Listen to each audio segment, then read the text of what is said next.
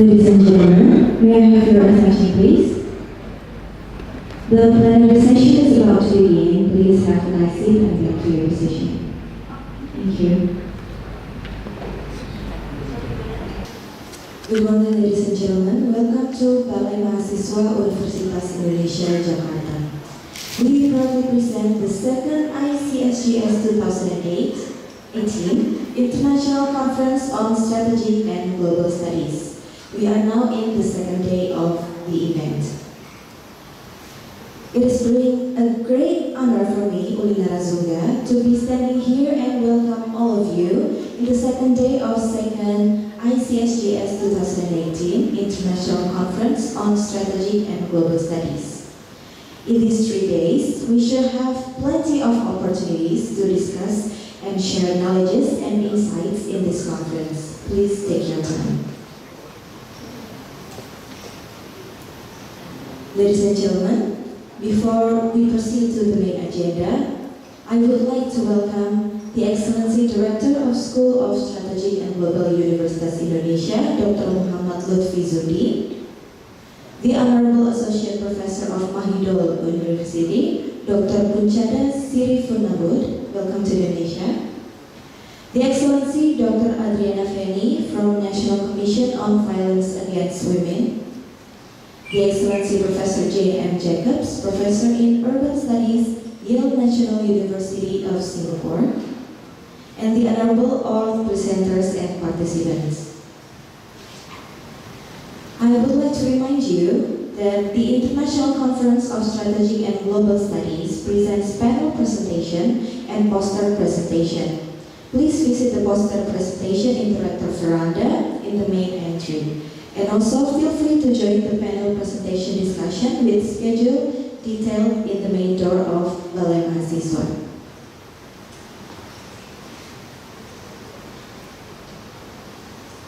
The Excellencies, ladies and gentlemen, now we have come to our main program, the plenary session, who will be led by our moderator, Dr. Lidwina Inge Nurcahyo, SHMSI. First of all, allow me to introduce our moderator. Dr. Lidwina Inge Nurcahyo, SHMSI, is a lecturer of Gender Studies, School of Stratejik and Global Studies, Universitas Indonesia. She is also a law lecturer at Faculty of Law, Universitas Indonesia, actively researching in law, anthropology, and women and children protection. She has graduated from Faculty of Law and got a master's degree in anthropology, Faculty of Social and Political Science, Universitas Indonesia. And she has published several articles related to gender studies. Ladies and gentlemen, please join me for welcoming Dr. Lidwina Inge as our moderator today. Please give a warm applause.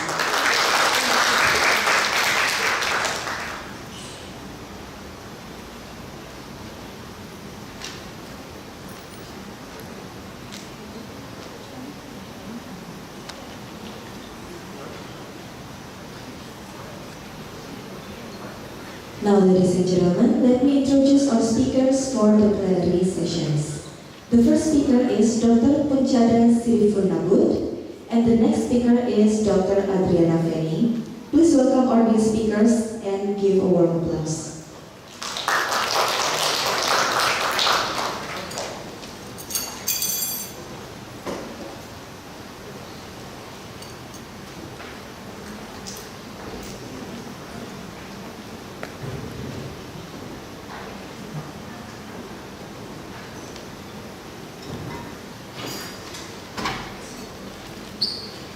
Okay, good morning everybody, ladies and gentlemen. Thank you for coming in this session.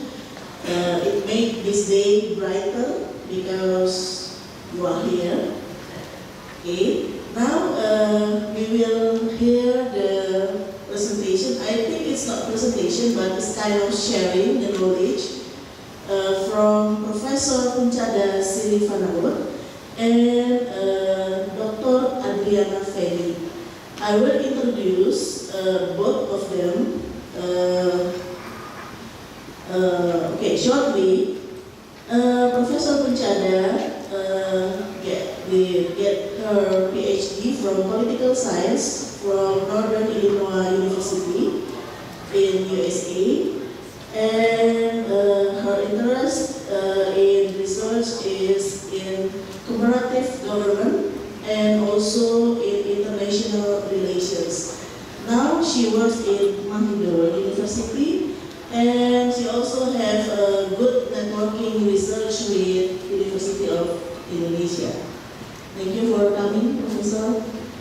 And also we have Ibu Dr. Adriana Feni. She is a commissioner for National Commission on Violence Against Women atau Komnas Perempuan.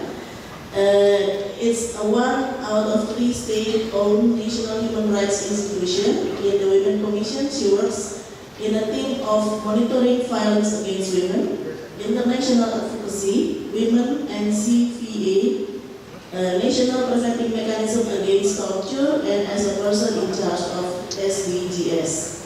Dr. Adriana Feni graduated from doctoral program on Cultural Studies, University of Indonesia. I think we will start right now, so we have plenty time to hear the sharing and also further discussion. Please. All right, from the experience from yesterday, I didn't get to stay down here just to see my PowerPoint, and maybe I don't wanna point it, but when I say next, can you just change? Okay. I'm Panchada Siriwanabut from Mahidol. Okay. Mahidol University. So my talk today is when I got an email from UE, Professor Ingrid and Dr. Mia about they want me to talk about gender, so then equality. So I'm thinking, maybe I talk about women in politics in Thailand, because you guys might know that we are in the military government right now, right? And we plan to have the elections in February 24th. According to the military, we absolutely will have the election in February 24th. But if something happened on the road, maybe we change the date, but I hope it's going to be in February. So in next election, I'm actually working with a lot of our politicians and also the constitutional drafter in Thailand. We feel that, in the new constitutions, Thailand and the drafter did not really include the number of women in the politics at all. And it seems to me that they try to, limit the numbers of women in politics. So that's why today in my talk I'm going to talk about the term I call it pink politics. So basically, I see a lot of pinks here, we want to have more women in politics and also in Thai bureaucracy. Well, this is all the women that become the head of the state or the president, prime minister around the world. Actually, it's more than this. I think you recognize someone here, right, on the bottom here. What's her name? Miss President Megawati Sukarnoputri. This is the, I would say this is the most powerful woman president in Southeast Asia. And after that, we have Rangan in Philippines. We also have Yingluck in Thailand. But can you really notice some things that most of the leaders in Southeast Asia, they always have the relationship and the connection with the former politicians and most powerful people in their family. For example, Rangan, his father was also one of the presidents of Philippines. Thailand, Yingluck, also the sister of Thaksin Shinawatra. So is that possible for Southeast Asian country to have their own female presidents that come into power by their own ability? Do you think so? No? Really? Well, we will see. But if you look at other presidents from other regions, most of them get into power by their own capacity. For example, like Merkel in Germany, and Hillary Clinton. Actually, Hillary has his husband as the president, but actually, if you look at her history, she also entered the politics before Bill Clinton. So, but maybe he wasn't really lucky enough to get into the president before his husband. This is all the president and female president and prime minister in the world today. Now, let's see the number. So, from the International Parliamentary Union, they try to collect the numbers of female in parliament, both in the upper and lower house. So you can see that, based on July 2017, women in both houses around the world are only about 10,000, which is really low. This is only includes, in the upper house only. And it's approximately 23.3% of the member all around the world. And then by comparing to the US, the highest numbers of female in parliament, which is approximately 28%, 28.1. You guys you know how many percentage of the female MPs in Indonesia? You guys know? I think it's lower. Yeah, what is it? Less than 10%. Yes, that's correct. And also in Thailand as well. Can you guess which country in Southeast Asia has the highest numbers of female in parliament? Timor-Leste? You think so?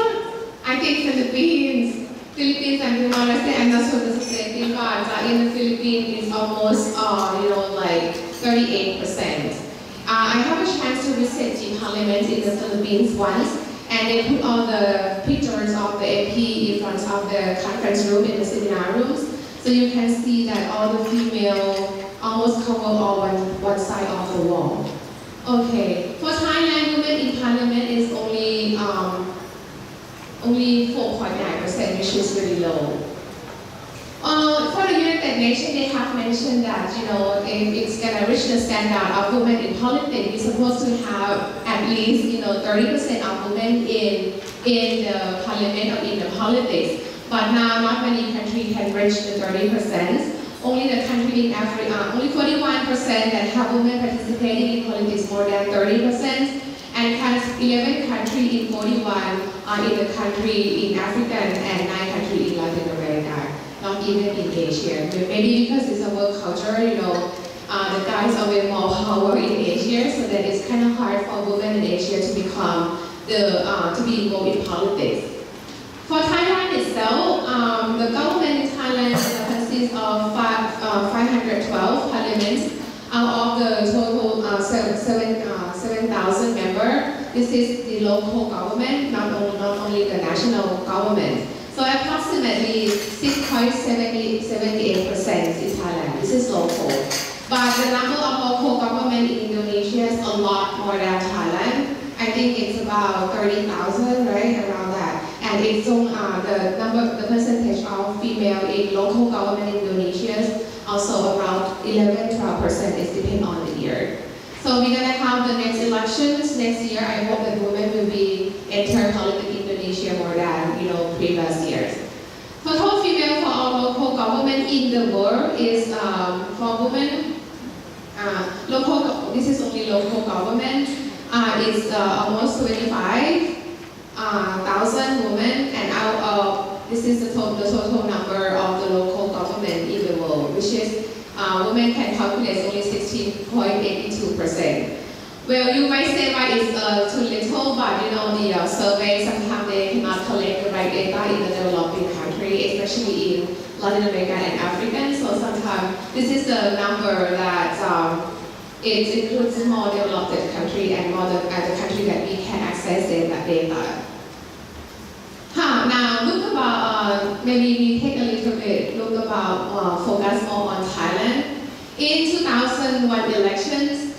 Female in parliament is about 9.75, but in the 2005, 2007, and 2011, the percentage of female in parliament increased, but not that much, very little. And if you really look at the number, at the name of these female politicians in Thailand, I think more than 90% of them have a connection with the, politicians. Some of them are daughters, some of them are wife, relatives, of the existing politicians or incumbents.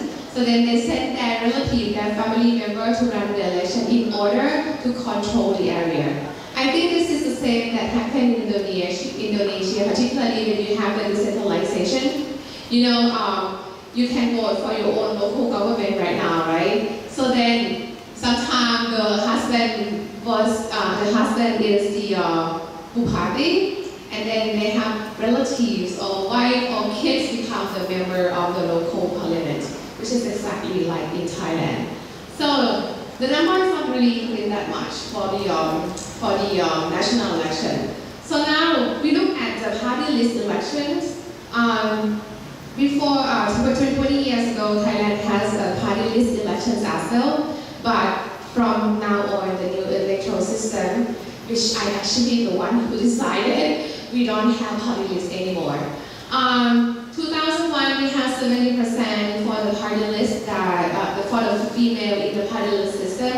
Again, the percentage kind of increased, but it's not that much because we need 30%, remember that from the United Nations, right? Now we have only 16.8%. And again, in 2011, more than 90% of the female politicians have the relationship with the incumbents or male politicians in that area. Well, for the new electoral system, so then we try to change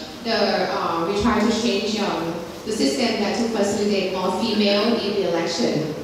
I was the members of the committee to draft the organic law on the election and on political party. You guys know what, normally when you draft the laws, and we have the military rules right now, it's all the guys sitting in the rooms, and I'm kind of really young, when I entered the room for the first time, they thought that I was the stock of the parliament. And sometimes, they don't really listen to me, like what I want to change in the political system. And actually, I try so much to increase the number of female in the electoral system, but what happened is, all the guys in the drafting committee, they kind of disagree. In the new electoral system, we have the mixed member apportionment. This is, I would say, Thailand only. In the whole world, that we don't have this system. It's going to be used in Thailand, the only country in the world that uses this system. I'm not going to tell you in detail how it works, but it's really complicated. You vote for one ballot, but one ballot you count most district and party list score, and we also have the formula to calculate it, like how many parties can get how many seats. So this system will eliminate the number, or will decrease the number of female in the politics. So basically, when you vote now in the future of Thai election, you vote only for the candidates, because the score from the candidates will be counted as the score for the party list. Then imagine how the party leaders, and most of them are guys, only to put the female in the district. They would prefer the males, right, and they have the connection, they kind of have the close relationship between guys to guys, so then they prefer to put all the male in the candidate, as a candidate to run in the district election. So this system will absolutely decrease the number of female in the next elections of Thailand. And another interesting point here, the primary election, the last bullet. Thailand we plan to have, but about last month, the military said we're going to postpone the primary election for next time. Basically, the primary election is not like in the US. It's our own side, Thai side. So basically, in primary election, all political parties are required to do their internal election to select the candidates to run in the election. If the party member agree that this candidate to run in the election, so then they can run in the national elections. Normally, in the previous election, we don't have the primary election, but the military feel that they want all the people to be affiliated, to feel like they own the party, they are a part of the party, so that's why we initiate the primary election. But in practice, we cannot really do it because we don't have each small party, they don't have enough members to conduct the primary election. So the military announced about last month that they're not going to do the primary election in this time. But again, some political party, big party, they want to do it, especially the Democrat Party, led by Abhisit Vejjajiva, and Pheu Thai Party, led by Thaksin. They feel like maybe they should do the primary election so that they can, feel that the party member be part of the party. And if you do the primary election, imagine again how the local government who are control the local politics of the party going to include the female candidates in the election. I think it's going to be hard as well. So now I kind of make some recommendation on how to improve the roles of the women in politics. First of all, I think it's important for the law, it's important for the culture, political culture in each country to reserve the seat by quota. This is like the culture, we don't really have it in the law, so that if you really want to have female in politics, you need to reserve some seats for the female. And some countries that have that list is Rwanda, Afghanistan, Egypt, and Bangladesh. So they reserve some seats that at least how many percent the female have to enter politics. Another way which is Thailand trying to do it is we have the legal candidate data. So this thing, in this recommendation, in the constitution and the organic law on election, supposed to put the quotas of female candidates in the law. So then in the election, in the candidate recruitment process, the party realized that we're supposed to have female in politics and how much, how many. And the last one is maybe if the law doesn't really want to put the quota, the party itself needs to put the quota in the party regulation or the party's charter to tell how many percent of female are supposed to be in the as a candidate for the party and in the parliament. Well, at this stage of Thailand, we trying to do this one, number 3. So we kind of stimulate or motivate the major party to put the quotas in their party charters, so then that we can make sure that in the next elections coming in February, we will have a lot more female as the candidates and as a candidate to run in the election. Well, another thing that I want to emphasize here is that not only to send female to run in the election, in the cabinet itself, it should also, require how many percent that the female should sit in the cabinet seat. In Indonesia, Indonesia and Philippines, we see a lot of female minister. I met Ibu, the Minister of Foreign Affairs last week, and she's really energetic and she's really powerful, and the way she thinks is really progressive, We want this kind of persons in cabinet of Southeast Asia and the world more than today. In Thailand today, we don't really, in the latest cabinet reshuffle, we don't have any female left in cabinet. Can you believe it? It's all military. And before that, we have 2 female, but in the latest cabinet, we don't really have any female sitting in cabinet anymore. And it's hard for the female to sit as a minister in Thailand, not like in Indonesia and the Philippines. I don't know what is the culture. Sometimes when you sit at the head of the meeting room as a female, the guys don't really believe in what you say. So you have to really smarter than them to make them believe in what you say. And so I hope that in the next elections, the quota numbers of the cabinet meetings, the cabinet seat in Thailand and Southeast Asia, we will have more in the future, and this might change a lot of things in Thai policy and in Southeast Asian policy to make the policy, facilitate more female in politics and more the roles of female and women in some bureaucratic stuff. Not only the women in politics, I also want to talk a little bit about the police women in Thailand, because I have been involved in the police reform with the government in Thailand. So then again, we try to increase the number of police women in Thailand because, lately there's a lot of criminal cases about engaged women, for example, raping, or sometimes women sell drugs, sometimes women become the terrorists, something like that. And if you have the guys or the policemen investigate, and sometimes they feel uncomfortable. They don't really say stuff that is the real thing. And the guys sometimes they don't really understand the culture or the emotions of women.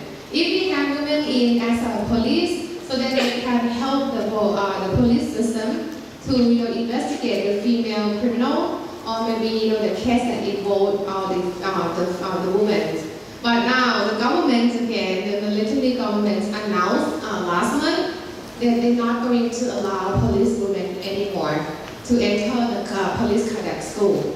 We try to protest our group, and also I involved in it. We call the Women Power in Thailand. We try to submit a lot of our letters to the Prime Minister, to the Ombudsman to ask the government to change this policy to get rid of the police women in the system. But now it's still not work at all. The guys or the policemen, they mentioned that when they accept the police women into the process, it's more work. The women do not really help them on investigation, but sometimes they have the policemen have to take care of the police women when they go out to the field, so then they feel more uncomfortable, so they don't want women to be police anymore. I saw some police women in Indonesia, but I don't know how it's work. But in Thailand, you can see women in Thailand, they really work as a guy. And they really work seriously, and they help a lot, especially the case with raping or the drug seller, the women drug seller. They help us a lot. But I just don't understand why. And the government does not really tell us the reason why they not going to accept any police women for the police cadet school anymore. Recently, we have police around Thailand 230,000 officers, and women is about 8%, around 1,800 female. But from now on, the number is going to decrease if they don't really, accept the women to enter the police cadet anymore. So this is, I show you a little bit about Thailand, how women, trying to play roles in Thailand, and how we try to fight with all the guys in Thailand to enter bureaucracy and to enter, the politics.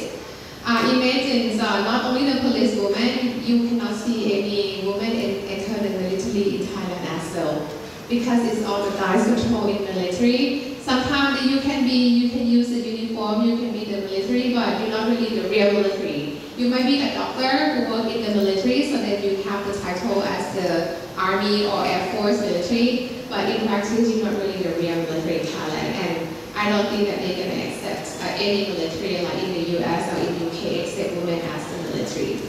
So before I end my presentation, I would like to say that, you see this picture, right? It's all the guy. You feel unity? Do you feel that it's make the unity of the country? But if the females getting in like this, is that different? Is that going to make your community or your country different? So then if we have more women, we still the same, right? We are in the same community. We accept pink, we accept black as a man. So basically in the country, in each country we are so different. We have so many careers, we have male and female. I talked to Dr. Nia yesterday, in some country in Indonesia you have 5 genders. And we all the same, we are in the same country. So basically, if you can accept all this different, you can accept more women, you can accept people who are different, not only a guy can control everything. I think the country will move forward faster and will lead to the development and strong and developments of the country, because sometimes some stuff the guy cannot do, but let the women do it. We might make it better. Thank you so much. Thank you, Professor Puchana, for sharing. So we now will hear the sharing from the second presenter, Ibu Diana Felix.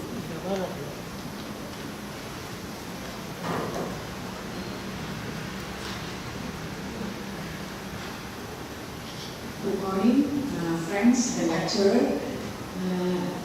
This morning I should presenting the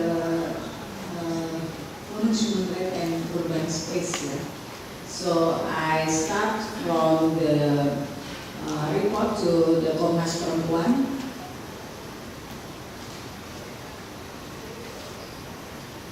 Okay, so as you know that national Commission on Finance and Instrument is one out of the 3 national human rights institutions we have in Indonesia, and the mandate from the Komnas Perempuan is on to do the advocacy on violence against women. So in this period, we have some of cases, some of report, complaint from the people related to the urban space and infrastructure. The first one is from Shia minorities who cannot go to their village in Madura but has been replaced to some flat in Sidoarjo. They don't have a job but cannot access their house and farm. Actually, in a flat they have a problem also because the water is not run well, so the woman should bring the water from above to the 4th floor or something like that. And then we have also the complaint from Kendal's people who experience forced affection because of the highway project. And then the Taman Kota's people, it's in Jakarta also, experience forced affection because of the Green Line project. And then from the Pulau Robo people, from the airport project, Kebun Jeruk people in Bandung versus the trade company. We have also a report from the family of the military. They're in a housing complex, in 4 housing complex in Jakarta and Makassar. And then forced affection in Bukit Duri and Kampung Pulau because of the river bank recognized. Forced affection of prostitution that not totally actually we have in Indonesia, but only to changing format, and the problem is actually more complex because the health reproduction services cannot access them, they don't know where they are, something like that. We have also complained about the strict search case in an immigration department in Jakarta Airport.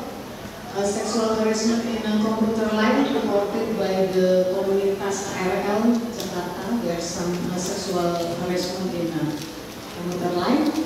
And then sexual harassment committed by international refugees. As you know, that in Indonesia we have a lot of refugees from Africa and also Middle East.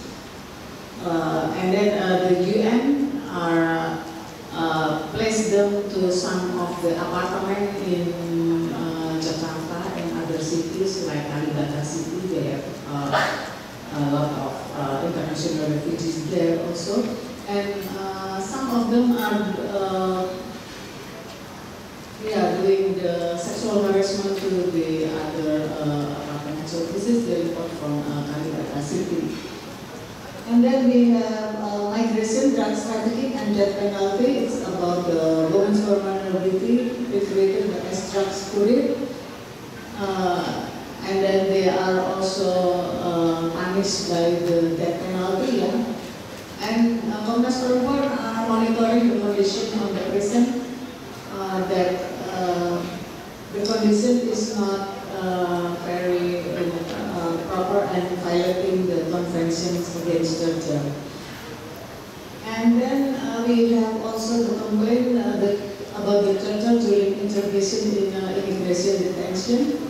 And then the victim of the domestic violence expelled from her house. She ran from the house to avoid the physical violence from her husband, and then her husband accused her wife on neglected her children. So he expelled her from the house, and the woman can don't have this shelter or something like that. And then the victim of discriminating bylaws, it is now on the study of Komnas Perempuan, there are now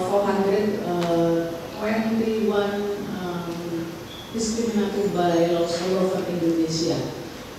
And it's impacting to women, because women cannot, in some particular area, women cannot go out of night, and the consequence is losing her access to safe transportation and vulnerable also to sexual gender-based violence, because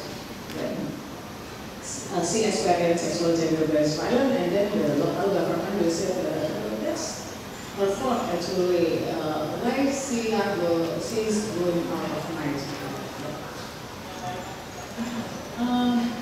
Okay, so we have a normative frameworks actually on women human rights and urban space.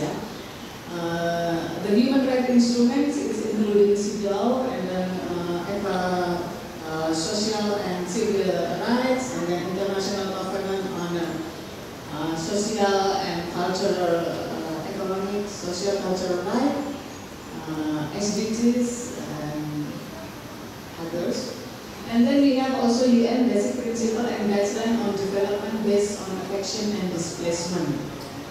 So actually the government cannot just do the forced affection just like that, because in the international level we have the instrument not to, for example, violate, or you should also think about the sustainability of the victims' lives. So we have also the Senadai framework for disaster risk reduction 2015 until 2030. Actually not 15 but 30.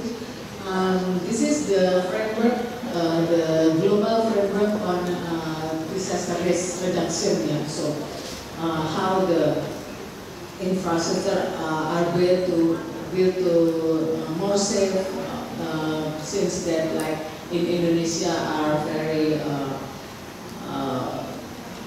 vulnerable disaster area, tsunami, and then volcanoes, like that. And we have also UNSCR 1325 on women, peace and security.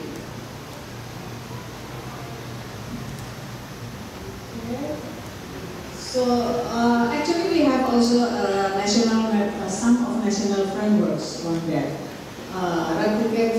Ratification of CEDAW, and then ratification of International Covenant on Civil Political Rights, Ethos of Right, and then Convention Against Torture, Convention Against Racial Discrimination, Convention on the Rights of Children, and then Rights of Persons with Disability, and etc. So as you know that Indonesia actually already ratified almost all of the international instrument of human rights. Only some that Indonesia is not yet ratified, for example, like Statute, Rome Statute, and then enforced disappearance, and then the Framework Convention on Tobacco Control. It's not yet, but almost of the instruments in Indonesia are ratified. And then we have also the law number 7 year 2012 on handling social conflict. We have also presidential decree on a national action plan on women empowerment and children protection in social conflict. We have a national mechanism on preventing torture. So this one is actually the mandate from the optional protocol of Convention Against Torture. But Indonesia are not yet ratified, but we have already national mechanism on that. So it's committed by the 5 institutions, the national institution, Komnas HAM, Komnas Perempuan, KPAI, Ombudsman, and also the LPSK.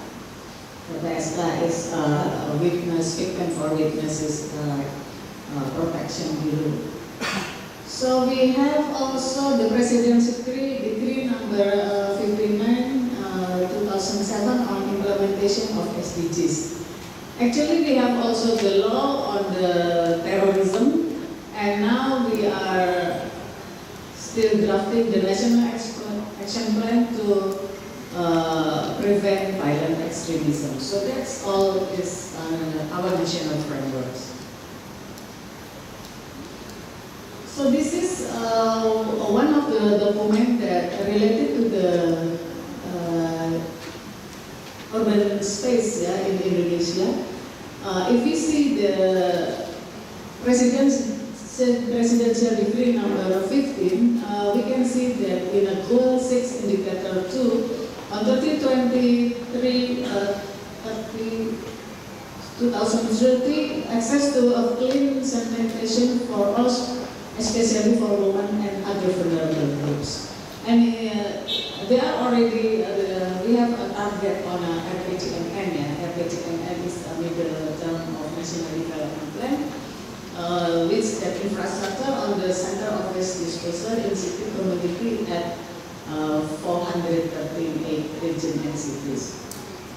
Other else, the goal 11 indicator 1 in a year 2013 give access to safe, affordable, adequate settlement, organize slum areas and give urban basic services. And in indicator 2, providing access to safe, accessible, affordable, sustainable transportation, give a special attention to women and other vulnerable groups, including children, disabled, and other people. And then the indicator 7 is providing safe, inclusive, affordable public area and green open space, especially for women, children, disabled, and other people. Next, the urban basic principle for Komnas Perempuan is we should have the gender responsive planning and consider to vulnerable group and women's friendly and affordable disaster risk alliance based on the Senadai framework of disaster risk reduction and also eco-friendly. The philosophy principle in planning for gender responsive urban space infrastructure are to avoid masculine mindset. Yeah, that's the professor said that about what happens if all of the decision maker is guys. Where is the woman? So if the masculine mindset is still in urban space, we don't believe that the city or the region will woman friendly. Yeah? And then spending women memories. We will see that the other countries are doing that. And then integrated and connected, pregnant woman friendly, safe and good road quality. So if pregnant woman should go to the hospital, something like that, she will not find the difficulty because the quality of the road are good. And then a woman's participation in thinking, living, and making city. So the event also for a woman and children, more events that actually are for women. And then free from criminal problems and sexual gender-based violence. And plural and conducive for growing solidarity, because this is important also to grow the peace and to avoid the conflict. Yeah? And then supporting access for health and hospital, security, workplace, education.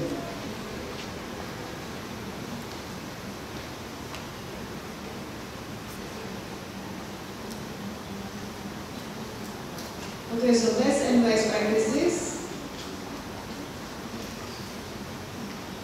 So we have the experience from the other countries like Vienna. They have equal treatment and women's involvement in planning the city, yeah. And then women music friendly in the transportation. And then in Canada, they have 24 hours safe public transportation to guarantee mobility of women and to guarantee that they are safe, that And then in Australia, they have a disability friendly in public and domestic area. Korea, they have a transparent elevator to prevent sexual violence, locker in the station to save the valuable goods for women and elder people to protect them from being robbed. In Netherlands, they have a big pedestrian for mobility of parenting, trolley, children, disabilities, connecting transportation to the market, religious services, and public services. And then in Vietnam, they have reproductive health services in the riverbank to decrease maternal mortality, because usually women are very busy with their work, on selling vegetables, something like that, so they cannot go to the hospital, and they have the center of service, the reproductive service in the riverbank, so women easy to access it. And then in Latin America and Europe, many streets and square with women's name to memorialize women's her story, and not only name for the street but also poems in the wall. Yeah. In English, they have a freedom space or corner to talk. So women have the space to talk about anything. In Swiss, they have a basement with CCTV, including also in the toilet, yeah, not in the toilet, but in the front of a toilet. We have also actually the good practices in Indonesia. In Surabaya, for example, not affecting the slum areas in the riverbank, but reserved houses facing to the river. So the house usually in front, the front is in the back, but and then they reserve it. So the message is to protect river, not to throw the waste in the river or something like that. And then in Bandung, they have a thematic park, yeah? For example, like Taman Lansia or elder people park, disability park, and also for children they have a superhero park, something like that. And in Jakarta, they improving public transportation and memorialization of women's her story in a Pondok Rangon and Klender Mall. So as you know that we have a dark history actually in the Reformation era, that some of women were raped during the riots in Jakarta in 1998, and then the Komnas Perempuan also pushed the government to do the memorialization on that. And we have also put one of plakat in Mall Klender. It's like a fire, yeah, something like that, to remembering that in a Mall Klender also in 1998 they also burned some of people burns that mall, and then a lot of victims also on that mall. So it's important to the memorialization. Actually, it's very important. Maybe not for us, but actually for victims. We have also Tanoker in Jember.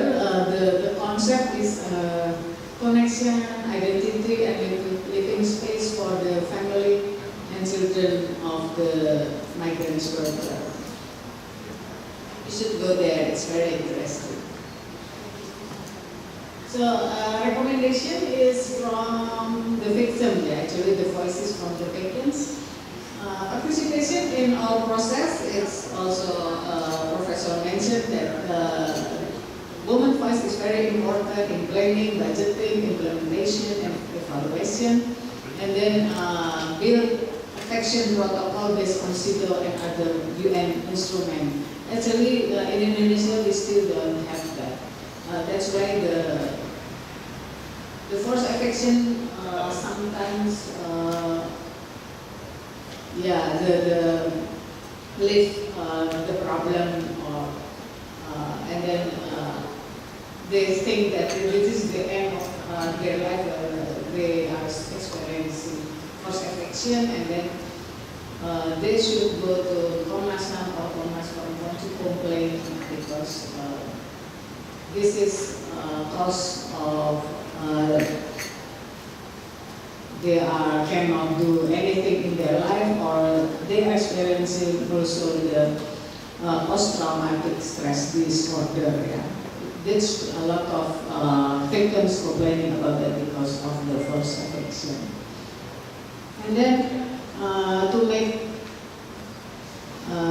to develop protocol against femicide. This is the other problems in Indonesia, because femicide, actually, the cases is very high in Indonesia, but we don't have protocol on that, and then the police also cannot identify or segregate the data, which one is the general killing, actually, and then which one is a femicide, because femicide actually is the woman's killing because of they are women.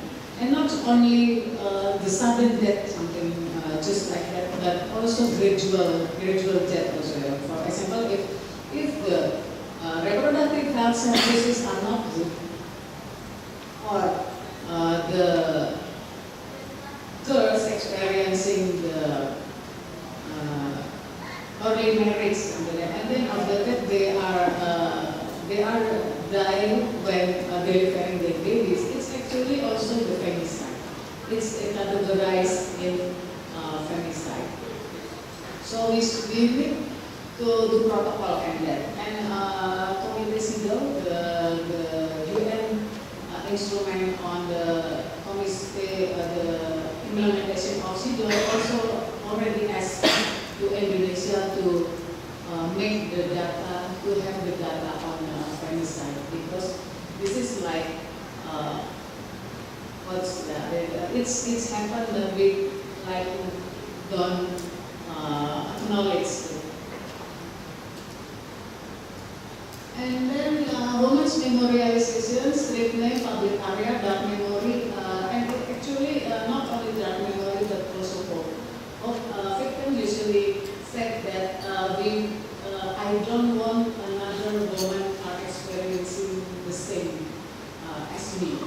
So we need more memorialization on this year. But not easy actually. Like in Jakarta, the governor actually support the governor before this governor, but in other cities like Jakarta or Aceh, it's still difficult to us to make a memorialization on that. So it's still in our process. And then more shelter for women who needs protection, and then disability friendly is not yet actually in Jakarta not yet. And then priorities for women victims of domestic violence, single parent, refugees. So for example, like I said before, that women need protection when she expelled from the house, or she experiencing domestic violence, she are beaten by her husband. It needs emergency shelter to come, and also for her children or her babies. Okay, I think that's all. Thank you.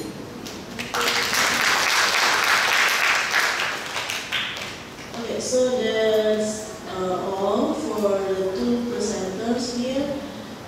Actually, as a wrap up, I will give you time for asking. But as a wrap up, all of us know that even in the start, in the process of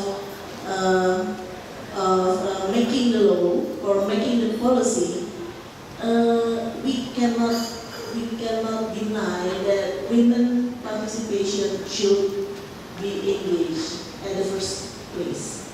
If there is no women participation, you can imagine that it will be more, worse, yeah, for the condition. Professor Punchada already gave the example in Thailand, and Ibu Dr. Adriana Feli also told us about what happened in Indonesia. And now, I think it's good if we want to hear from you. What do you think about women participation in development process, or what do you think about the problem in urban development process, especially in women participation? I hold the... Oh yeah, okay. Ibu Jane already raised her hand. One, Mbak Andi and Mbak Fitri. Okay.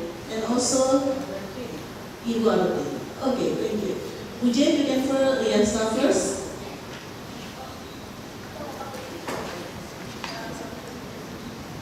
Thank you both. Very interesting, and what's nice is they're very detailed as papers, so we can start to see how difficult it is to operationalize some of our principles around gender inclusion. And my question is really about the Thai experience, and where you, as an aside, mentioned that efforts to increase women's participation in the political process could actually be used by already existing male politicians to extend their kin-based power.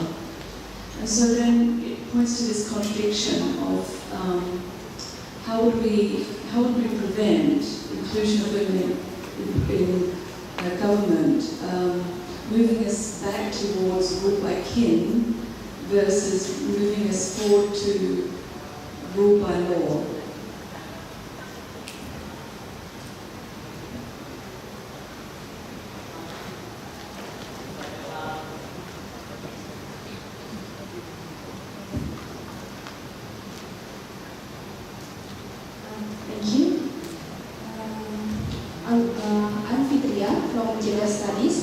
I would like to ask a question to Ms. Puchada. Thank you for your presentation.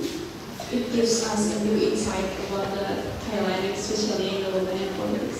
So actually, I have three questions. The first, I would like to know about. You mentioned previously that the amount of the women in the politics is get increasing number. I mean, it's including in the local government and also in other data. It's shown in 16.8% in 2011. Is it much affected to the policy, especially for the women? I mean, like, as we know, we have a lot of various problems regarding to the women, like child marriage and then maternal mortality, how the women access the natural resources. Is it quietly affected to the policy for this problem?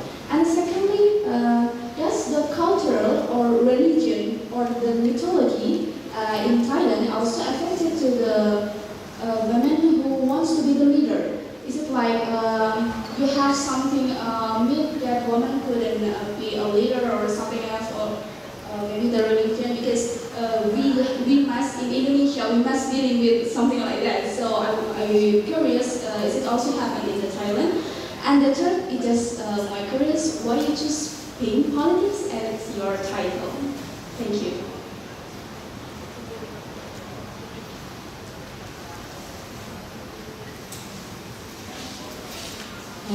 Hello, my name is Andi. I'm from Gender Studies. Thank you for the very, very interesting presentation. I want to ask you, Puchada. I'm very curious, how about the community there or NGO to support women in politics, and how about the issues about the finance, about education, reproduction issues in Thailand. Thank you.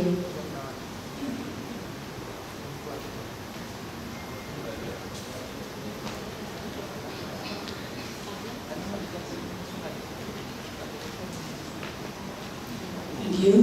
My name is Albertin. I'm lecturer of Medical Studies program here. We have also presentations very interesting. And I want to ask first to Professor Punsada about the female police in your country. And also for the non-combatant female military, non-combatant. So my question is, why? What about the female criminals? Who will handle this if the police is not, if you have a short of police, the female police? And then the second is, I think the nominal of women in parliament and also in cabinet, not so many, same as in Indonesia. But I can see that in Indonesia, maybe because of the myths, religion, and the tradition. Myths not only in Indonesia, all over the country, like the myths of Cinderella, the myths of Sleeping Beauty, the myths of Jakarta.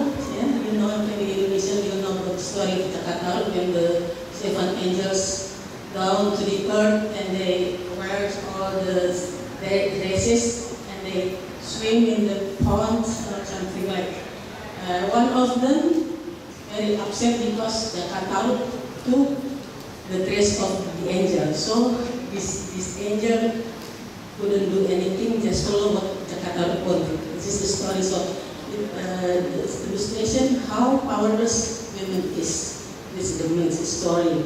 And then also maybe the misinterpretation of religious teaching in Indonesia. I'm so sorry because I'm also Muslim, but some of them, according to Al-Quran, maybe I'm wrong, but please give some answer about this. Women should obey the husbands, whatever they are. We should obey, otherwise we could be in hell. If I'm not wrong. Maybe there are some of the reasons. So it is very irony for a woman. And then also the culture. If you never obey the husband and all the families of the husband will put you in the corner. And also about Thailand, Professor Punsada, about Japan, you never talk about Japan. I want to know how the condition of women in Japan. Because we know that the tradition in Japan is also a little bit, not so happy for women, because not even as a politician, even as a female career, it is not easy for them. So I think maybe in Thailand and Indonesia is better than in Japan. Maybe they have some information about that. And then the other one is Professor, I'm so sorry, Paulino, or from Mahasiswa. Thank you for your presentation. You're talking about the forced eviction people in Kibuli and Kampung Pulau. My question is, why do you use the term of forced eviction? Because all Ahok did about this area is to make women and all the family being happy at the new place. Because if the people never move to the new place, so all this area will be flooding and will affect all the other neighbors in this area. I don't think that this is forced eviction. It is a very, very good administration from the previous governor. And violence by husband, okay. Wife left the house and accused as neglected the children because the husband's violence. So how to overcome this? I can see for myself that sometimes a woman give the opportunity, give the chance for men to do bad things to them. So women never realize that they have very potential abilities. They are very powerful, but they never realize it because of the religion, culture, and myths. Thank you.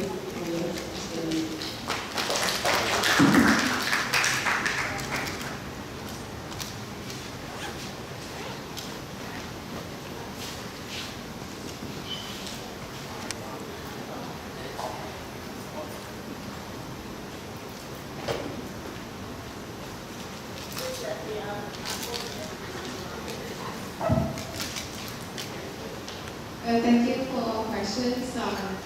For Dr. Jen's question, it's really interesting because we try to get rid of the kin relationship. What we do is we change the law. Not allow the wife and the daughter and the brother and the sister to run in the election, in the local election, if anyone in that family becomes a national parliament PMPs. But we know Thailand is a very tricky country, so I have to do that, okay? We know some politicians, they are smarter than the law. They try to find a gap and, try to do something that can bring their own people back to politics. It's really a lot of tricks. Different province has different tricks. I cannot really explain here. For example, like the electoral laws, basically, I would say here because in Thailand, we decided just to make sure that we're not going to have the authoritarian parliamentary, like Thaksin control everyone, control the parliament in the next election. So we decided this system for that. But the political party, politicians, they are so smart. They divide the party. Divide more parties. Just one party they divided, which I think they're going to do it, and they did it. One party they divided just to secure the seat as much as possible. If you go one party, there's a limited number of seats that you can get, but if you divide a party, they can get more seats. It's the same as the local election and politicians themselves. They divide all that group of factions to control which part of province, this part of province, and then they go all together. It's just different constituencies, within district, right? So you can have your relative in that district. Very tricky, very tricky. And another one is, you said women 16% enough, not enough. We want 30 at least. It's hard because actually some of the law trying to facilitate women to enter politics and bureaucracy in Thailand. But as you mentioned, most of the women in Thailand, especially young generation, they're not interested. They want to be a movie star. They want to compete in the beauty contest. They want to do some fashions. Well, for example, like the Democrat Party, they have a hard time to recruit women candidates to enter and to run in the election because women doesn't want to do it, do not want to do it. I don't know why, but basically, now Korean cultures into Thailand, like in Indonesia, right? And a lot of beauty contests, not only the national, but the 100 beauty contests in Thailand. And some of the women saw this as a way to enter, entertainment company, entertainment business. So that might not many. We have a hard time to recruit our new member. We hope in the future the new generations like you in Thailand, they will be more involved in politics. For the policy to allow women to be a leader, actually yes. In the past, so far that I know, there are one politician that they go by herself to be the leaders of the party. But then finally, she couldn't really reach the highest position. Now she's doesn't want to be involved in politics anymore. But basically because of the culture, I don't know how to explain this Thai culture. I'm not like a humanities, but when you enter into the meeting, this is from my own experience, and I'm kind of young, sometimes when you say something and if they don't really know you, they don't really lead at all. Sometimes they don't let you talk in the meeting until the time reaches that they know that you have capacity to do it. They will allow you to do it. And when a lot of my friends in Thailand, when they know that I work in politics, they're kind of scared. They feel it's really dangerous place to be. It's really hard to go through all the guys in politics, so that's why. Actually, that's the way. But the women themselves, they're not brave enough to enter the politics, to be the leader, to compete with the guys, something like that. That's the numbers of women who dare enough to do it, to compete, to be the leader. But in Thailand now, I would say about 10 to 15%, that not many. Why is pink politics? So basically, we love red and pink color, right? So women love this kind of bright color. So I make the term women in politics. So basically, pink politics. So that if you enter, the more the women enter in the politics, the more colorful in the parliament. Actually, that's the theories in international relations is called feminism. The main argument is that if more women involved in international relations, it's going to lead to the lesser numbers of conflicts and law in the international relations. So basically, I don't know how this still applies today, but during my time study, we try to study on the roles of the women, on the female leaders that enter international relations to, trying to ease all the political conflict. For example, like Margaret Thatcher. And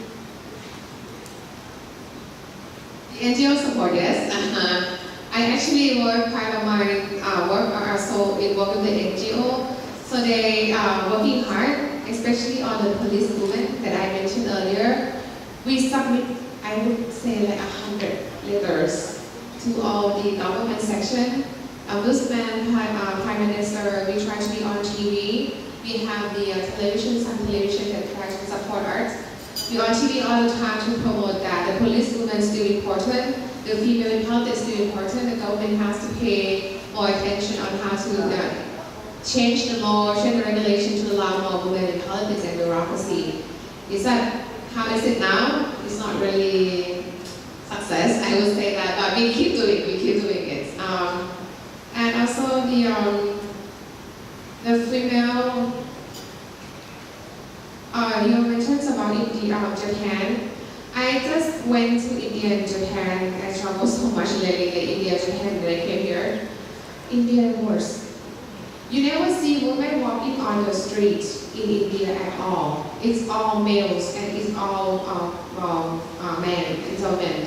I asked why, what's this going on here? They say when women get married, it's their culture, they have to be at home only. They're not supposed to work outside. So the guy who's the one who work outside and then get money to the woman. This is the culture that they feel. They said that lately there's more young generation working in the hotel or in the, but not in bureaucracy at all. In the hotel, some business sector, but they're only like in the lower position, not really the top. But surprisingly enough, India has the female president, prime minister. I don't know, but again, Kanji is have a relationship with the former president, prime minister, or something like that. And also the last one is the police woman who's going to handle the case. The guys say, we can do it. They say they have been training in the cadet school, so they know how to handle with the female cases. Let's see. All the criminal, when they have the guards interview them for investigation, if you were raped by someone, are you daring enough to tell the guys that you were raped? Not right, because when they interview you, they not only ask you raped or not raped, they ask you in detail. In detail. Yeah, they even ask, are you enjoy it? And you want to do it again, how many times? They even ask, how the guys do it. If it's the woman asking you, are you dare to tell them? I don't think so. Alright, thank you so much. Okay, lucky me that I only have two questions. First, about the force of action. If we read the UN protocol on the affection, we can see that we must treat the victim of force affection equally. So when it's not compliance with the protocol or human rights instrument on the international human rights instrument, on one cases. So if it's not compliant on that, I will say that this is forced affection. because while we get the complaint from the victims, they said that they have some of problem on that.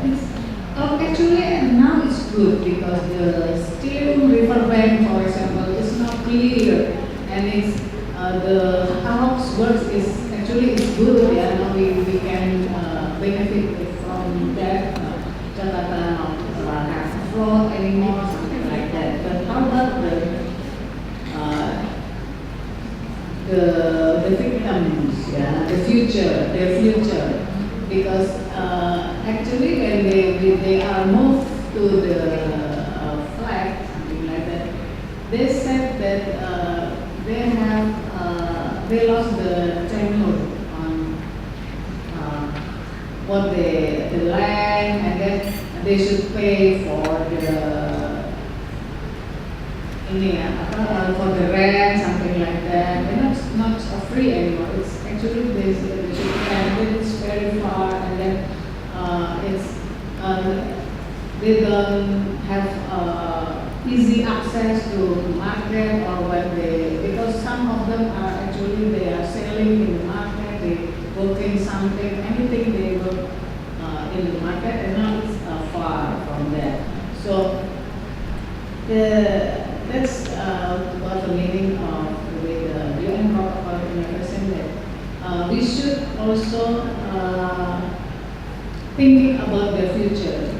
Are they sustainable, their future sustain or not with if they replace to the other place. So it's totally actually all of the future, their families must be thinking about that. The state must think about that. Yeah. So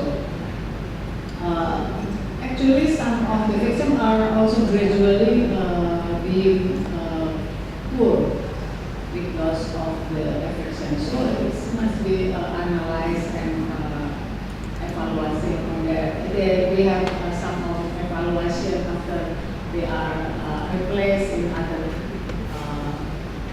place, something like in flat or something. And based on some cases of forced affection, actually the ganti rugi or compensation actually not a ganti untung. So it's actually they are lost something in the negotiation. So UN protocol on affection mandate that the victim must benefit something, or at least they don't lose something. So they must see what price is the land now, and then what with the future, how can they do for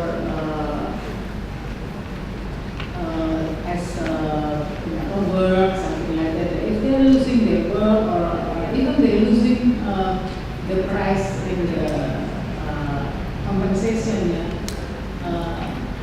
it will make they are not be wealthy after that. Like that. Yeah. So it's actually we must see as a general problem, their general problem, and also what next the future of them. And then about the violence against women. Actually, as we know that in a lot of domestic violence, there's four definition on violence against the domestic violence. It's economic, and then physically, and sexual.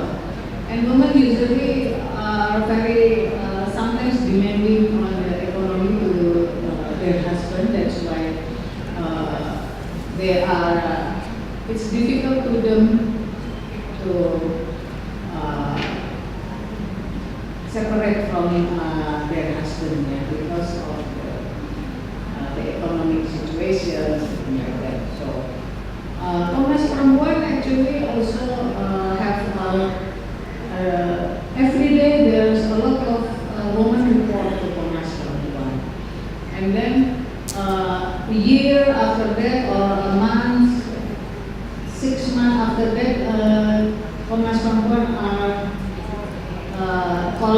and also how about the situation now? Are your husband, are you separate now from your husband, your abusive husband, or are you now, what happened with your life, something like that? And they said, oh, I'm now with my husband again. After the physical violence, something like that. So there's a lot of cases in Komnas Perempuan. So, some people said that the women activists make the family are separate, and then the wife are now are there to brave to ask for divorce to her husband. Actually, when we are doing the data, when we monitor, we evaluating the victim that ever report to Komnas Perempuan, actually they are not divorced, actually they come back to her husband again. So that's very interesting on that. And we think that because of some of the situation on the family, and especially the woman depending on economic or in Indonesia, I don't know in Thailand, in Indonesia there's a social norms that it's assumed that if you divorce from your husband, so that's why some of women are still standing in the abusive okay. So that's some of the situation. Yeah, also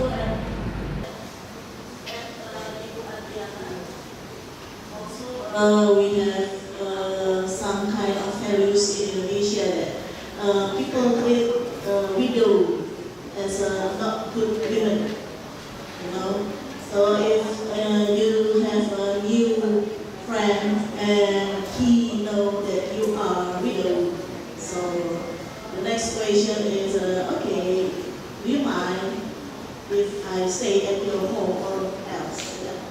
So that's the values in some area. Yeah. So you may. I just wanted to say something else. I was really struck by how wide-ranging our examples are today. And I think yesterday too, our examples were very wide-ranging, from the tiny details of a domestic violence incident and is that woman right or wrong, is that man right or wrong, through to the big issues of participation in national politics or compliance with international instruments. So for me, it's a very interesting dilemma we find ourselves in when we think about gender and urban space and global circulation. The title really helps us understand what I call the shifting scales of this issue, how it is about global dimensions and then the minutiae of perhaps what's going on in someone's home. I always find Nancy Fraser's work very useful here. Nancy Fraser is a famous scholar. She wrote a book in 2009 called Scales of Justice. And Scales of Justice is really useful for thinking flexibly around gender and urban and political issues, I think. And she says there's kind of three spheres of action, three scales of action. And all of them have actually been represented today, so it's really lovely. One is representation. And so in our talk, obviously representation, formal political processes is part of that. Representation being one really important sphere of action. The second one was recognition, and I was really pleased to see the projects that you talked about, which were kind of memory projects, recognising the activism of women of the past who we can learn from. So a recognition project, and that's a very important part of rewriting our futures by remembering our past differently. And then the last one, which is I think always the hardest one, is redistribution, the scale and the politics of redistribution. How do we redistribute services, access, such that things are equal across gender? And again, I think presentations this morning really talk to the problem of that, and in particular this problem of the nexus between gender and poverty. And the story, I think it was a Waterfluid story, people going from Waterfluid through to Maroondah, is a very interesting story of how people who are being taken out of poverty and danger, but when they're relocated to somewhere like to Rumah in Maroondah, end up in a depleted economy, an economy that hasn't got the same opportunities as they had in their own community.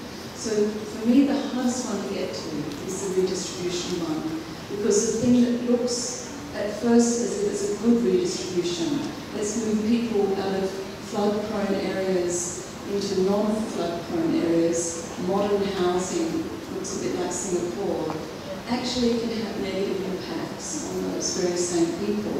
Again, go back to Oktober, go back to 97. So I think it's been very illuminating for me to sort of see the examples laid out. And I just thought it might be useful, helpful for people to have those three concepts, which came to my mind at the very least.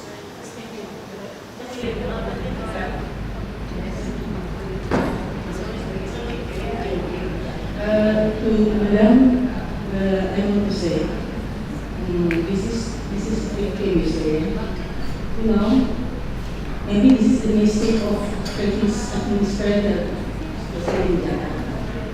It is not legally dwelling, it is illegal because at the river place. And every year it's not flooding, it's flooding, and all over Jakarta is flooding. And this is, you know, the victim is more than that one. Now the administrator try to make the people more happy. They should move to a place and administrator, the governor, the people, everything they need. But as they have their own mindset, with this traditional mindset, they are happy to be there and they all know it's okay, that's once a year. So we can live 11 months in a year, only 1 month. But the other people all over the Jakarta suffer because of this small people, small part of people. They are very traditional because they don't want to be modern. Yeah? I know the story of Singapore, the previous Prime Minister. Yeah, I read about his history. They are great people. So maybe the previous government wanted to follow, but most people in here, sometimes I don't know what kind of mindset. You know, it should be 35 until 50 meters wide of the river, but today it's only 10, 15. So how come the slum are there, dirty and everything? So I cannot say anything. Thank you. It's the hardest issue. I think we want to. Housing is always being a very harsh and complex issue. Not only in Jakarta but also in Ghana. They have research in Ghana that prove that rehousing can cause political riots there because the people didn't want to move to the developed area. Okay, I think the organizer give us one more session for question and answer. Is that okay? Bapak satu. Anyone else? Okay, and also Ibu Mia. Anyone else? Okay, Ibu. Okay, so we have 3 people.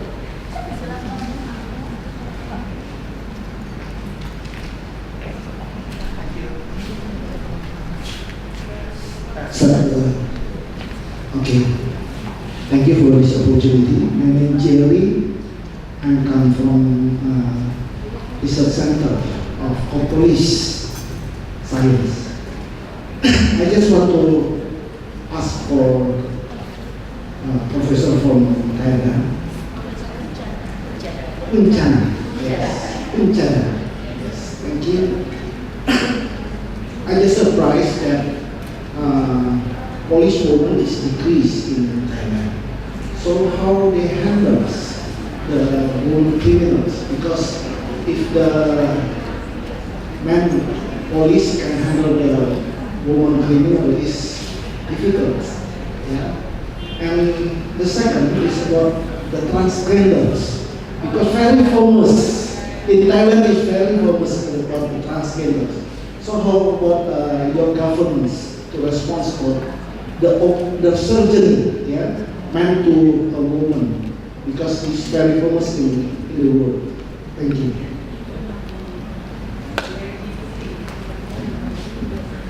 Okay. Yeah.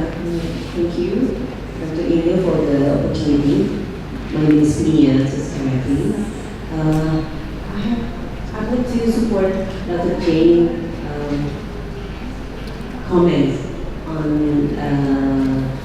thinking about the topics that we discussed today using Nancy's Fraser theoretical framework, scales of justice, like three components. One is representation, second is recognition, third is redistribution.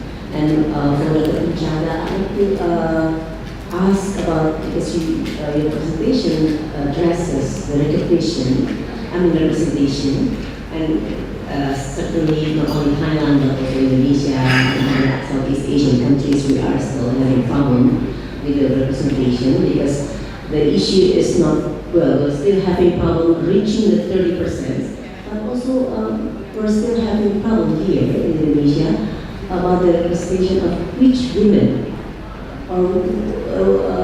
they represent which social group. So I'd like to ask, within the problem of reaching the 30%, how about the representation of the different social groups, like women, as well as other gender identities from different social groups, like from the south, from the north, from the minorities,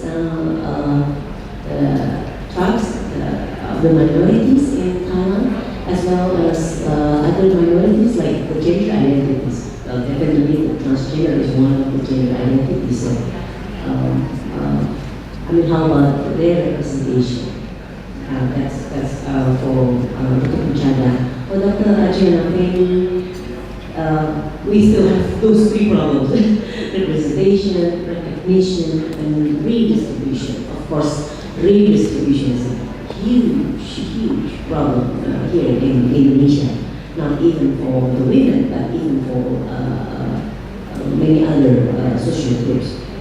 So, in terms of the recognition, like the recognition, basically in general, recognition of the existence and the roles and the needs and the voices of women in general, it seems in the surface is good, but then when it comes to the recognition of the women of certain social groups, like the poor or the one that label illegal because they don't have official identities for the cities, while actually they contribute somehow to the economies of the cities.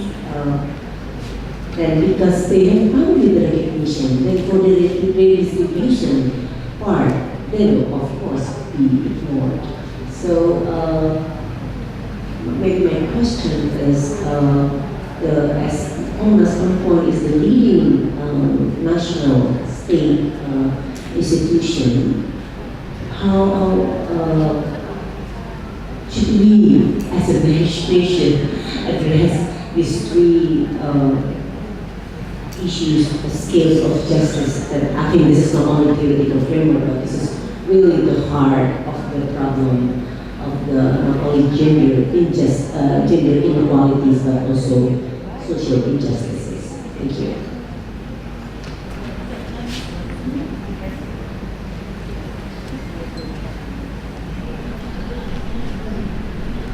Thank you. My question again to Adriana. Your experience, how was the Indonesian government there, especially to implement the principle of planning for gender responsive in urban space infrastructure? I think it's not only budgetary. Maybe, what do you think? Is there any problem to implement it? Thank you.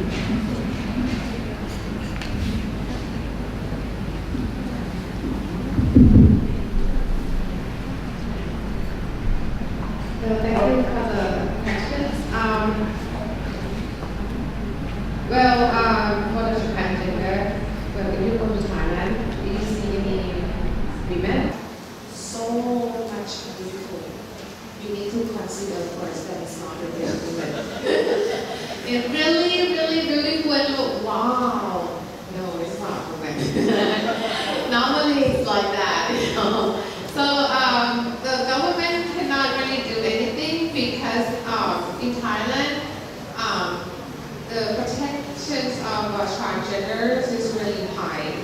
People accept it, actually not really everyone, but for me, like, I don't feel that it's supposed to be everywhere, especially on TV, and you know, it's kind of motivate young generation for me.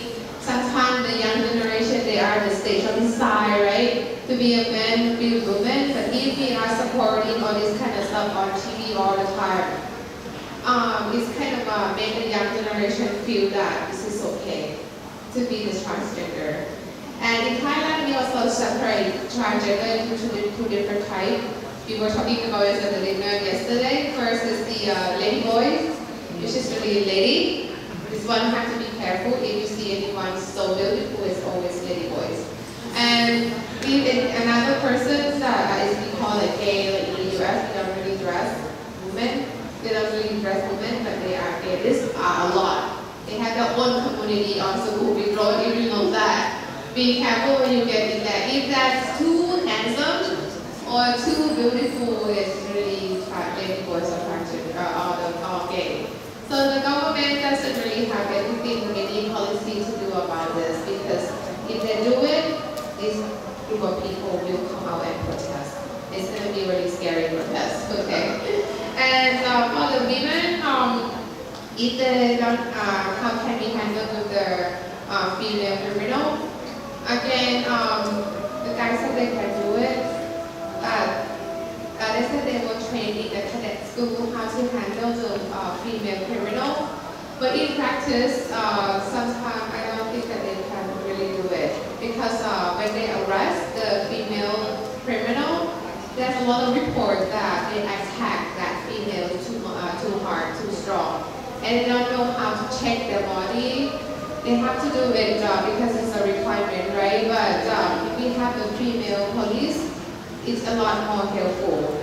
And lately, the government does not allow females to enter the police cadet school, but they might accept the regular women and appoint as investigation or inquiry police, something like that. But this kind of thing is not make a professional inquiry police. If they can go through all the cadet school, I think it's better. And the last one from Indonesia, the representation from other minority outside of other region. We were talking about this, but in the constitution they definitely mention anything, identify anything, because some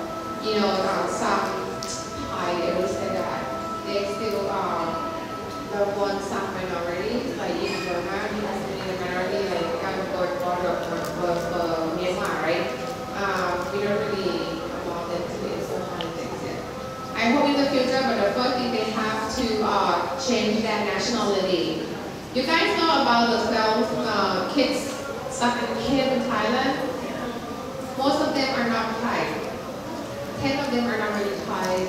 They are Burmese minorities in the hills of Thailand.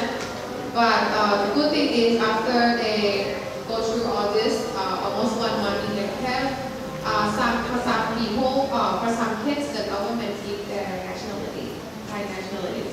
for them. So it's have to take some time for all the minorities and all the nationalities. This is going to be part of the learning side too. Thank you.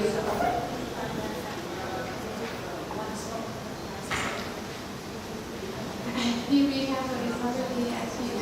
It's active for each issue. Yeah.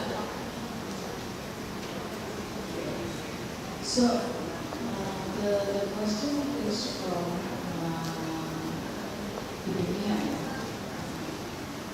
Yeah.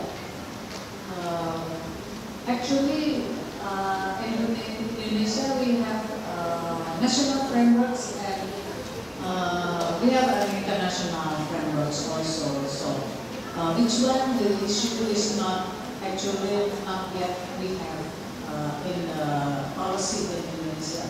I don't think that because we have all of it, especially in our constitution, within Parliament, they are guaranteeing our freedom to choose and then freedom of the minority group and minority, sexual minority also, all of them are guaranteed with our constitution. But the problem is on the implementation. And in international frameworks, Indonesia already ratified only in some of them that are not yet want to. For example, like why Indonesia not ratified a framework on a convention framework on tobacco control? Because there's a lot of vested interest. We have a big industrial cigarette company here in Indonesia, and they don't want to lose their market. That's why they pursue the government not to ratify the Federal Convention on Tobacco Control. This convention is also the human rights instrument also, because this is to guarantee also that people can live healthy, more healthy. But look what we see now, the BPJS or the social security now in Indonesia cannot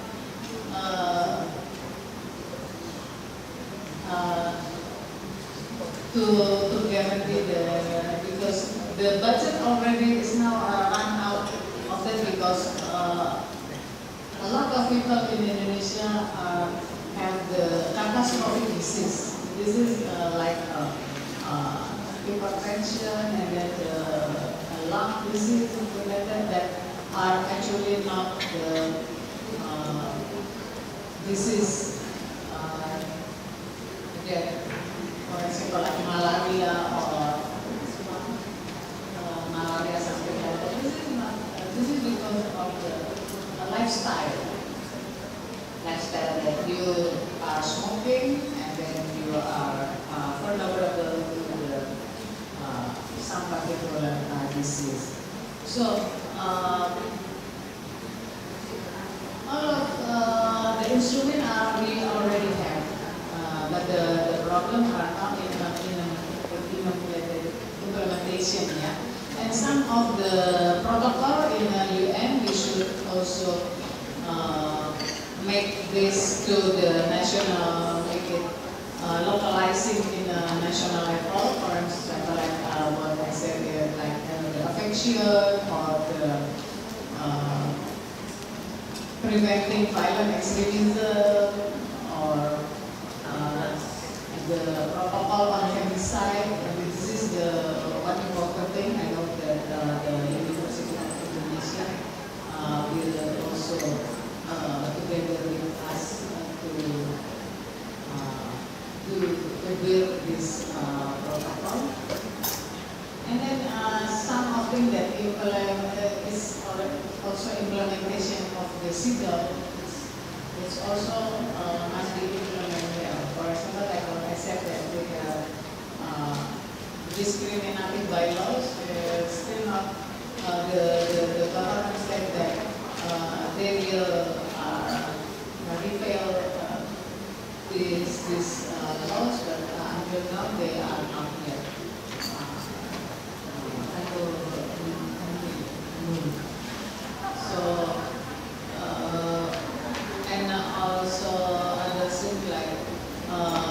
the protection of the sexual minority. It's now become worse in Indonesia. So our sister brothers the sexual minority are now very vulnerable on persecution. It's very attacked in other local area, and it's worse by the discriminatory laws that want to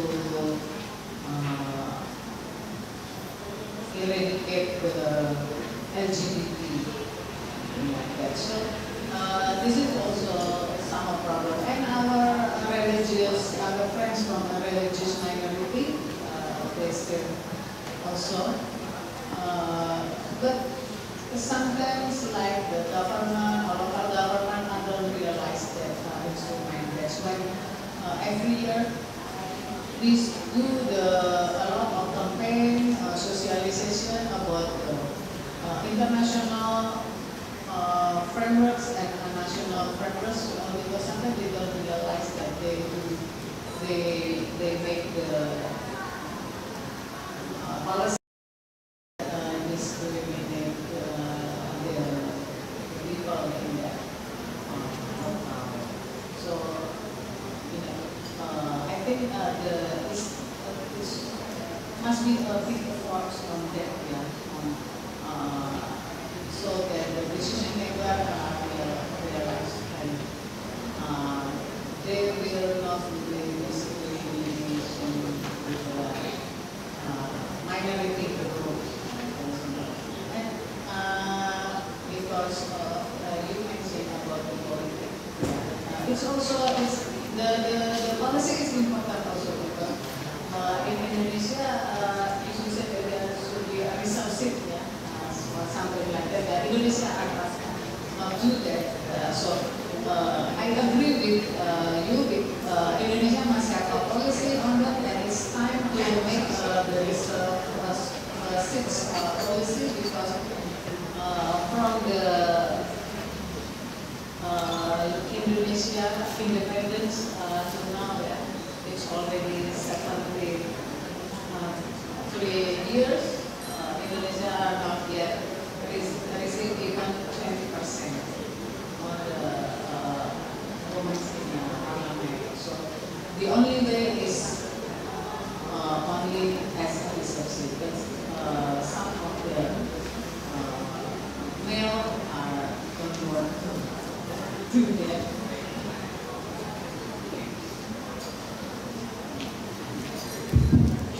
Terima kasih. Thank you for Ibu Adriana tadi and Professor presented. Okay, so we have our session end here, but something that you must underline together, that we must underline together. The first, as Professor J said, that is about the presentation of it. When we talk about this policy making or law making, and the recognition, and the last is the distribution.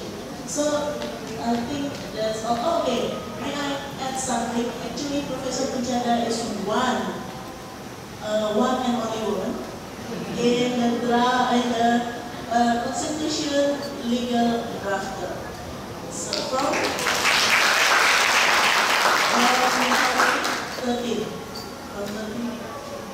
from 13 people, all is men except her. Okay, that's wonderful. Thank you, everybody, ladies and gentlemen. I will give the microphone and the authority back to the MC.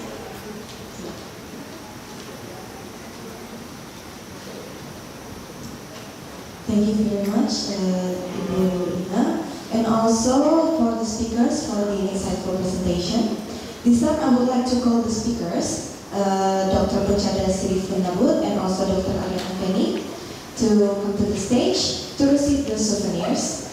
Kindly please, Ibu Lita Salibarus, Dr. Lita Salibarus, to pass on the souvenirs from the second ICSGS 2018 to our honorable understanding standing speaker on the stage.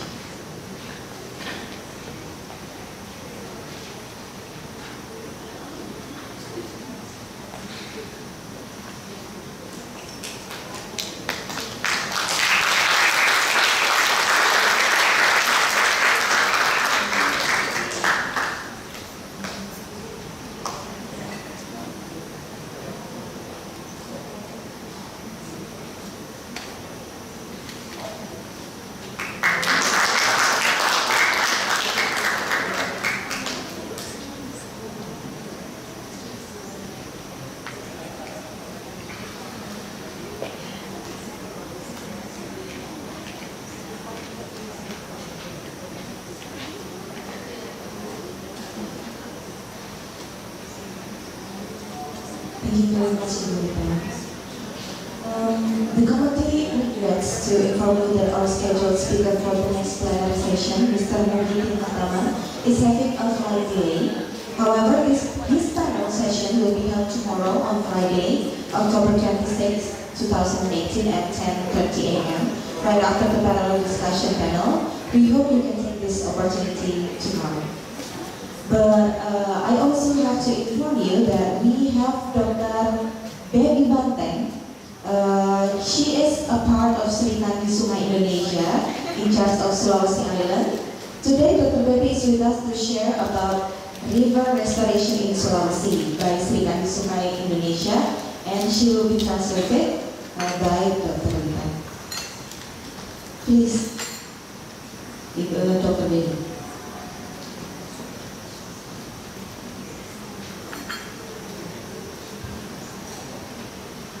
We are lucky here to have Dr. Baby as Sri Kandi Sungai means river ambassador of Indonesia in part of Sulawesi.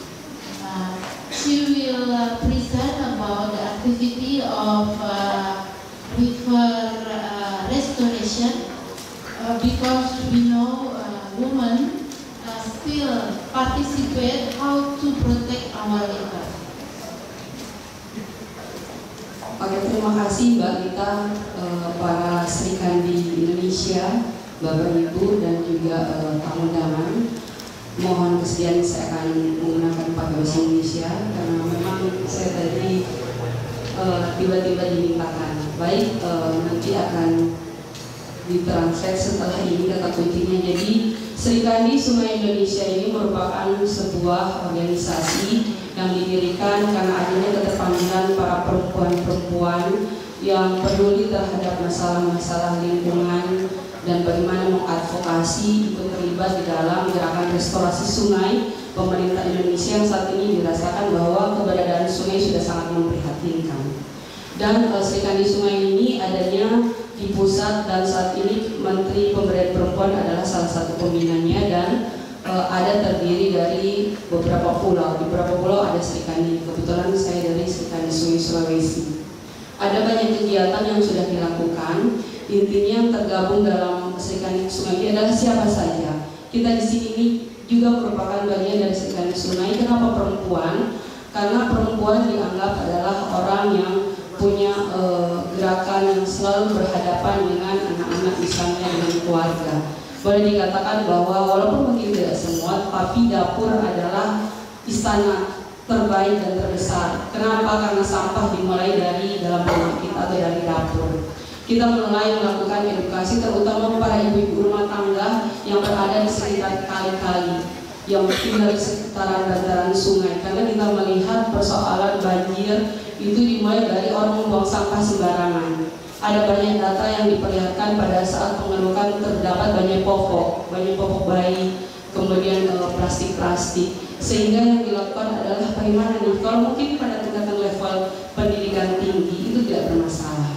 Tetapi pada ibu-ibu rumah tangga mereka tidak menganggap sungai itu adalah tempat buang sampah terakhir. Makanya gerakan yang dimulai adalah mengajak anak-anak, para ibu-ibu. Yang kedua, gerakan yang kami lakukan, alhamdulillah kita melihat bahwa kegiatan kita hari ini kita tidak menggunakan plastik, tetapi kita menggunakan air dan gelas. Ini sudah salah satu cara mengurangi plastik. Yang kedua yang kita lakukan misalnya kita mengajak ibu-ibu yang rumah tangga biasa yang mau menambah penghasilan bekerja sama dengan pihak hotel. Jadi plastik-plastik yang di hotel, gelas-gelas itu dikumpulkan, kemudian diambil oleh ibu-ibu ini. Di tempat-tempat tertentu itu sudah ada PP3SR, jadi itu dikumpulkan dan mereka dibayar. Jadi ada kita kerjasama dengan Dinas Lingkungan Hidup juga.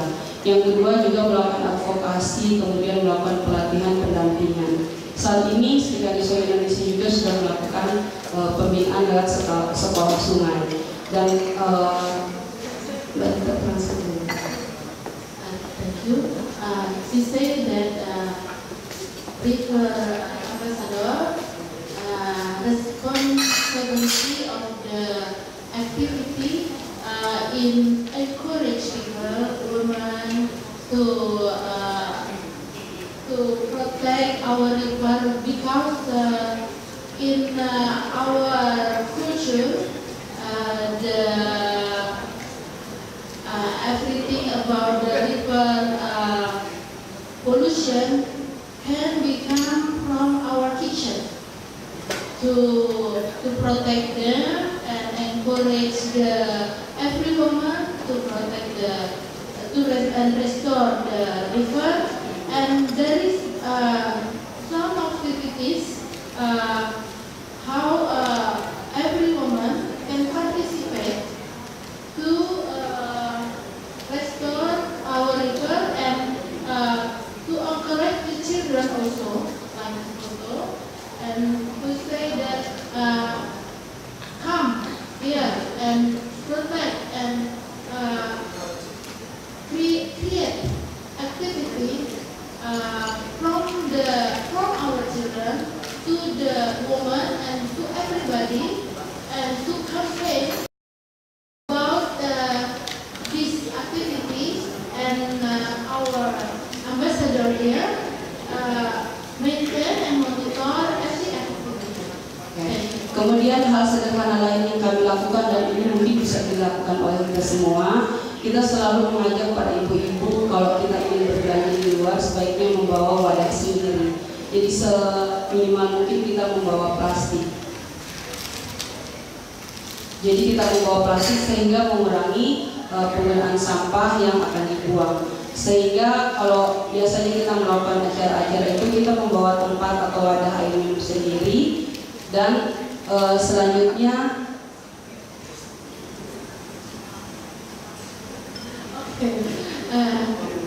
she said that we have also to protect our environment from plastic, and here we have the glass better than if we use the plastic bottle or plastic for our activity in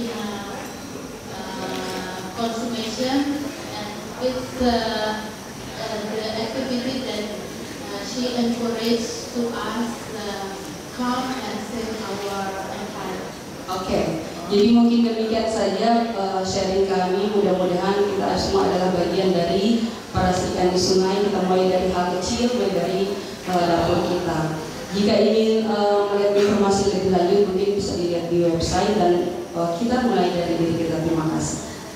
Okay, and this activity already in website, and we can continue to learn about this very good activity to support them to save our river, save our environment. Thank you.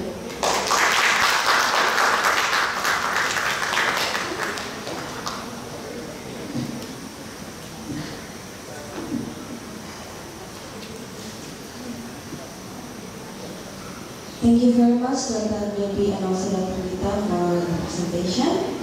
Before we leave the room, may we come to the stage, all of us together, to take a photo.